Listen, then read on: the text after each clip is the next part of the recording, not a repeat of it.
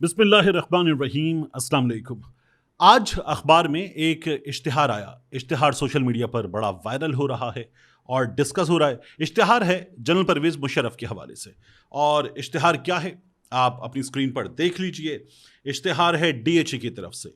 इश्तिहार में लिखा हो सबसे पहले, इत्तला आम, Pakistan defence officers housing authority Karachi, अवाम उन्नास को मुत्तला किया जाता है कि मरहूम जनरल परवेज़ मुशर्रफ रिटायर्ड वल्द सैयद मुशर्रफुद्दीन मरहूम साकिन मकान number 91/1 21 street phase 6 DHA Karachi मोरखा 5/2/2023 को इंतकाल कर गए, जो कि डीएचए में मंदरजजील प्लॉट्स के मालिक थे।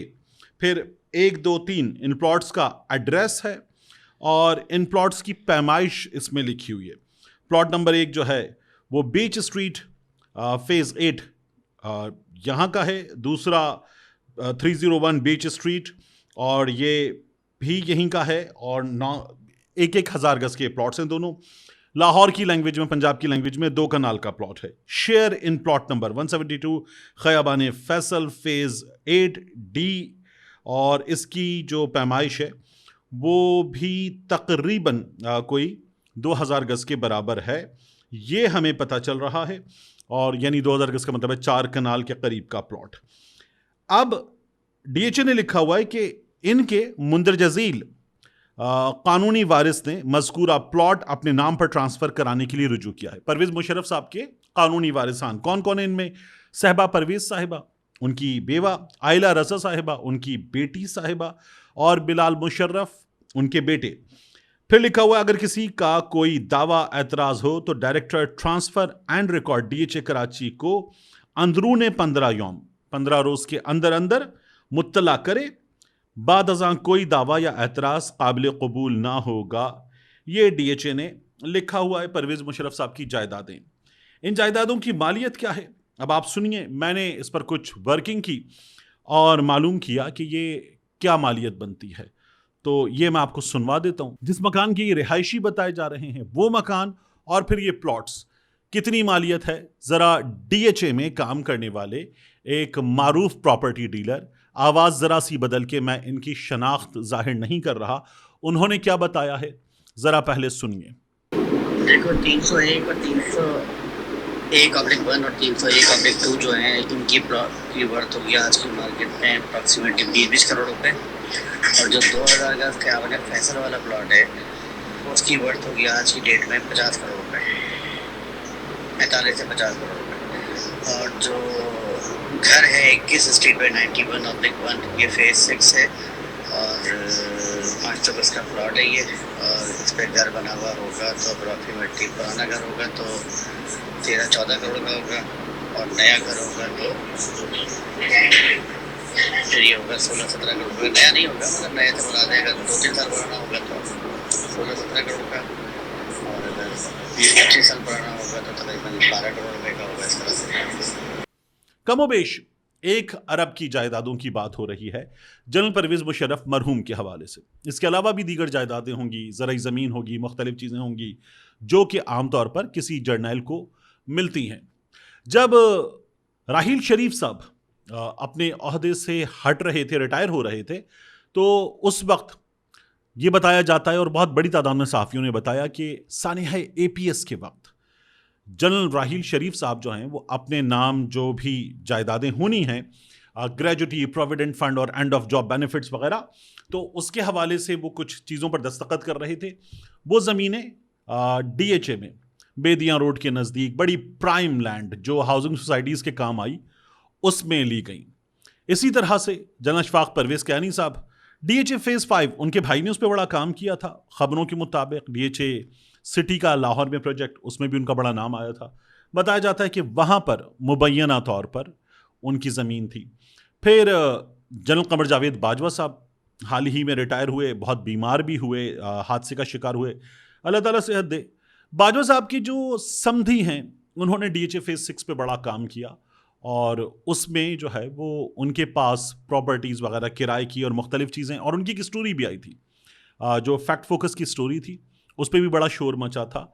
और ये कहा जाता है कि नहीं जी वो तमाम चीज़ें कानूनी थी, उनके करीब तरीन लोगों के असासे कुछ बरस में कितने हो गए, इस पे बड़ा शोर मचा था।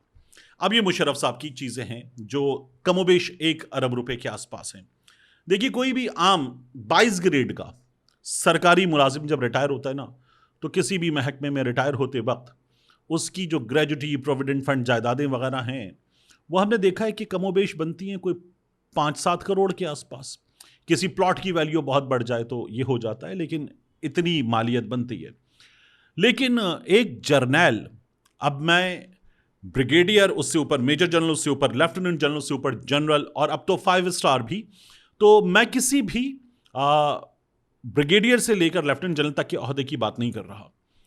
एक जर्नैल जो हैं वो जब रिटायर होते हैं तो फिर जो जायदादें उनको मिलती हैं, उनका, मैंने फौजी ऑफिसर्स, रिटायर्ड फौजी ऑफिसर्स, उनसे बात की, कोई हिसाब किताब जो है वो नहीं है। क्योंकि आमतौर पर क्या होता है, जब आसिम सलीम बाजवा साहब इमरान खान साहब की काबीना में शामिल थे और उनके असासों पे बड़ी बात हुई थी, क्योंकि पापा जॉन्स की स्टोरी आई थी और मरियम नवाज शरीफ साहिबा ने और मियां नवाज शरीफ साहब ने उस पर बड़ी बात की थी, नून लीग ने बड़ी बात की थी, तो आसिम सलीम बाजवा साहब को क्लीन चिट इमरान खान साहब ने दी थी, एक लिस्ट आई थी, उस लिस्ट के मुताबिक आसिम सलीम बाजवा साहब के पास क्या कुछ था ये बताया गया।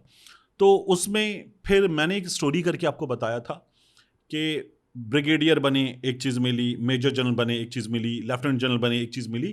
तो ये सिलसिला होता है कि जायदादें कैसे मिलती हैं और मिलती चली जाती हैं, और फिर जब आप जनरल बन जाते हैं और रिटायर होते हैं तो फिर तो जितनी हमने देखी हैं वो जायदादें बहुत ज़्यादा होती है। किसी को 16 कनाल मिल रहा है, किसी को उससे ज़्यादा मिल रहा है। और एक और चीज़ है इसमें देखने की, वो ये कि जायदादों के हवाले से जो तयशुदा उसूल है, वो उसूल यह है कि बॉर्डर एरिया में गैर आबाद ज़मीन दी जाएगी, जिसको ये अपने ग्रेजुटी, प्रोविडेंट फंड के पैसे वगैरह, एंड ऑफ जॉब बेनिफिट्स में जो चीज़ें मिलती हैं उनको इस्तेमाल करते हुए आबाद करेंगे, कुछ रोज़गार के मौके पैदा होंगे और जो गैर आबाद ज़मीन है वो आबाद होगी। ये उसूल है। लेकिन उसके बजाय हमने जर्नैलों को देखा है, उन्होंने प्राइम लैंड, बेहतरीन ज़मीन, और वो जो होता है ना गैर आबाद ज़मीन वगैरह नहीं, बेहतरीन ज़मीन ली और उस बेहतरीन ज़मीन को फिर उन्होंने इस्तेमाल किया, कुछ जगहों पर बेच दिया, ये सब कुछ हुआ। अब ये परवेज़ मुशर्रफ साहब की चीज़ें भी हमारे सामने आ रही हैं।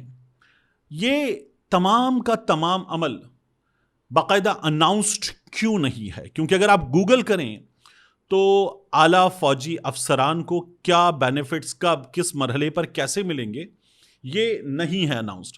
मेरी वो स्टोरी अगर आप जाके देखें जो मैंने आसिम सलीम बाजवा साहब के हवाले से की थी, और उसमें एक लैंड क्रूजर थी जो शायद 30 लाख रुपए की थी, तो तब मैंने बताया कि ये सारी चीज़ें जो बहुत ज़्यादा नज़र आ रही हैं, ये सारी चीज़ें एक मिलिट्री कवानीन के तहत चीज़ है, उसके तहत अप्रूव्ड हैं। अब इस पर किसी को एतराज़ हो सकता है कि ये बहुत ज़्यादा है, लेकिन ये मिलिट्री कानून के तहत है। अब अगर कानून बदला जाए तो फिर कुछ किया जाए, वगरना है तो मिलिट्री कानून के तहत। तो ये कवानीन भी सेम होने चाहिए ना। एक शख्स जिसने लेट्स से किसी सेक्रेटरी की पोस्ट पर काम किया और उसने भी अपनी ज़िंदगी का एक बड़ा हिस्सा सरकारी मुलाजमत में दिया और काम किया, एक शख्स जिसने पुलिस सर्विस में काम किया, एक शख्स जिसने फौज में काम किया, इनके दरमियान इतना तफावत क्यों हो? तो एक तो ये चीज़ क्लियर होनी चाहिए। दूसरा, परवेज़ मुशर्रफ साहब की ये जो जायदादें हैं, ये सोशल मीडिया पर जब डिस्कस हो रही थी तो इनकी चीज़ें निकाली कि कितनी मालियत बनती है। तो ये जो मालियत है, ये मालियत लोगों को उस तनकीद का मौका देती है जो हमेशा होती है अफवाज पाकिस्तान पे, DHAs पे, ज़मीनों पे, रकबों पे, कि ये बहुत ज़्यादा हैं जो इनके हिस्से में आते हैं। और क्या यही तनासुब किसी सिपाही के साथ होता है, किसी छोटे रैंक के ऑफिसर्स के साथ, जूनियर कमीशन के ऑफिसर के साथ होता है? तो इस सवाल को भी उठाया जाता है, लेकिन इस सवाल का भी कोई जवाब नहीं है। तो जवाब होना चाहिए, बाहैसियत पाकिस्तानी हमें इस सवाल का जवाब मिलना चाहिए और अपने इदारों से ही मिलना चाहिए। तो परवेज़ मुशर्रफ साहब की जायदादों पर अगर किसी को एतराज़ है तो वो इस स्टोरी के थ्रू जानकर ये एतराज़ भी अपना DHA की अथॉरिटीज़ के सामने यकीनन रख सकता है। दूसरा, इन तमाम चीज़ों का हमारे सामने साफ तौर पर जवाब भी होना चाहिए, ये हमें मालूम होना चाहिए, इनमें शफाफियत होनी चाहिए। इसके बाद आज बहुत डिस्कस हो रहा है, जनरल आसिम मुनीर साहब ने जो आज खिताब किया मार्क़े हक़ के हवाले से, वो बहुत डिस्कस हो रहा है। और उस खिताब में कुछ चीज़ें ऐसी हैं जिनको बाद सहाफ़ी बहुत ज़्यादा उम्मीद अफजा करार दे रहे हैं कि उन्होंने मार्का हक के मौके पर जिस तरह से कौमी क़यादत ने, सियासी क़यादत ने, नौजवानों ने किरदार अदा किया, उसने अफ़वाज पाकिस्तान जो दुश्मन से लड़ रही थी उनको बड़ा हौसला दिया, बड़ी यगानगत यकजहती का मुजाहिरा हुआ। तो कहा यह जा रहा है कि एक इस्टेब्लिशमेंट और पीटीआई की लड़ाई है, उस लड़ाई की फिजा में खिताब के ये अल्फाज बड़े उम्मीद अफजा हैं, ये कहा जा रहा है। फिर हम जब ये उम्मीद अफजा अल्फाज की बात करते हैं और ये बात होती है, गुज़श्ता कुछ दिनों में कई सहाफ़ियों ने बशमूल इस खाकसार के आपको ये बताया कि हमारे यहाँ चीज़ें कुछ बेहतर होने की उम्मीद पैदा हो रही है, इस खिताब को उस कॉन्टेक्स्ट में देखा जा रहा है। But at the same time ऐसे लोग हैं जो ये कहते हैं कि नहीं, पाकिस्तान तहरीक इंसाफ के लिए बिग नो है, पाकिस्तान तहरीक इंसाफ के लिए मुश्किलात हैं, पाकिस्तान तहरीक इंसाफ की वो तमाम स्टोरीज़, इफ्तिखार जट से लेकर ब्रिगेडियर जावेद अकरम साहब तक तमाम स्टोरीज़ गुज़श्ता 2 रोज़ में और ज़्यादा सामने आई हैं कि क्या कुछ हुआ है लोगों के साथ और वो 9 मई की वजह से किस कैफियत से गुजरे हैं। ये इल्ज़ामात हैं कि पाकिस्तान तहरीक इंसाफ के लोगों ने अफवाज पाकिस्तान के इदारे पे ऐसा हमला कर दिया जिसकी माजी में मिसाल नहीं मिलती। एट द सेम टाइम ये इल्ज़ामात हैं कि 9 मई की आड़ में रियासती इदारों ने, जिनमें इस्टेब्लिशमेंट की बात होती है, फ़ौज की बात होती है, साथ में पुलिस की बात होती है, कुछ खुफिया एजेंसीज की बात होती है, उन्होंने ऐसे लोगों को जिनका लेना देना नहीं था वो भी निशाना बने और उनकी ज़िंदगी जो है वो निशाने इबरत बन गई। निशाना बनने की क्या बात, एक स्टोरी है वो हरमीत सिंह सीनियर सहाफ़ी बता रहे हैं हमारे सामने, और उसमें वो ये बताते हैं कि एक लड़की का भाई जो उसको लेने जा रहा था उसकी ट्यूशन से वापसी पर, और उसकी कॉल उस इलाके में जहां हमला हुआ वहां ट्रेस हो गई। एक स्टोरी जो मंसूर अली खान बताते हैं, और मंसूर अली खान बताते हैं कि एक सहाफ़ी जो अच्छा खासा कैद का मामला भुगत कर निकला और 9 मई के मामले में वो सिर्फ वहां मौजूद था कोर कमांडर हाउस लाहौर के बाहर। और हमारे सामने ऐसी स्टोरीज मौजूद हैं सियासतदानों की जो गिरफ्तार हुए, जिनका कोई ताल्लुक नहीं था, जो वहां पर मौजूद नहीं थे, गिरफ्तार हुए, निशाना बने। और ऐसे सहाफ़ी जो मौजूद थे जिनके बारे में आईजी पंजाब उस वक्त के उस्मान अनवर साहब, उन्होंने प्रेस कॉन्फ्रेंस में बैठ के बताया कि इसने इतनी कॉल्स वहां मौजूद लोगों की, वहां मौजूद लोगों ने इतनी कॉल्स इसको की, वो सहाफ़ी भी क्लीन चिट पा गए। ऐसी खातून सियासतदान जो बाकायदा तौर पर गाड़ी से निकलकर नारे लगा रही थीं और वहां पहुंची थीं, उनको क्लीन चिट मिल गई, लेकिन जो गाड़ी ड्राइव कर रही थी, गाड़ी के अंदर थी, नारे भी नहीं लगा रही थी, वो निशाना बन गई। तो प्रेस कॉन्फ्रेंस ने भी बड़ा किरदार अदा किया। ये तमाम चीज़ें हमारे सामने 9 मई के बाद हुई हैं, और जिस तरह से 9 मई के बाद गिरफ्तारियां हज़ारों की तादाद में हुई, तो कुछ सहाफ़ियों ने एतराज़ किया कि उस रोज़ लोग नहीं निकले। तो बताया गया कि जितनी बड़ी गिरफ्तारियां हैं, जितने लोग नामजद हैं, उनकी तादाद ही इतनी है कि अगर उनको आप निकलने वाले लोगों में शुमार करें और जो लोग शुमार नहीं हुए एफआईआर्स में उनको डाल लें तो ये तादाद बहुत बड़ी तादाद है। मगर इस तादाद को भी हमारे यहाँ एक सियासी इवेंट में शामिल होने वालों में आज नहीं गिना जा रहा।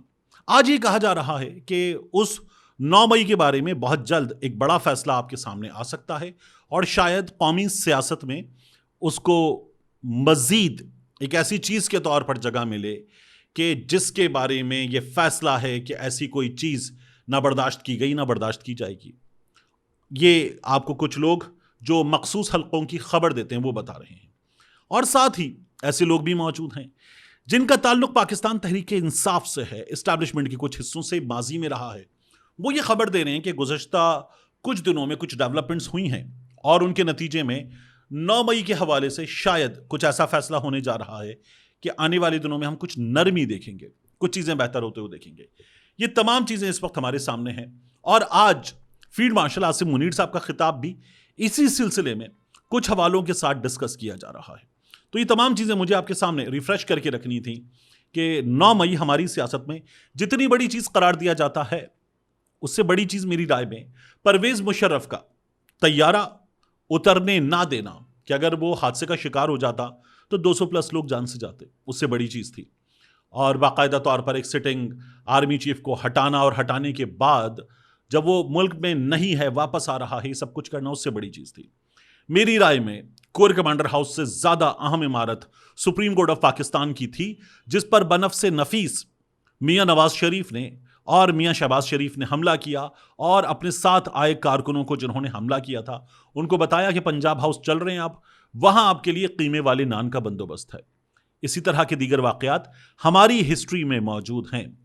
उन वाक़यात पर भी कुछ वक्त गुजरने के बाद मामला ठंडा हो गया या नजरअंदाज कर दिया गया या वो कहीं गायब ही हो गया। ये कहा जा रहा है कि आने वाले कुछ दिनों में 9 मई के हवाले से भी चीजें बहुत बदल सकती हैं और इस सिलसिले में दोनों तरह के दावे मौजूद हैं कि जितना हुआ उससे ज्यादा होगा और एट द सेम टाइम ये दावा भी मौजूद है कि आप 9 मई के हवाले से सूरत हाल बिल्कुल बदली हुई देखेंगे, आपको कुछ अच्छा अच्छा नजर आने लगेगा।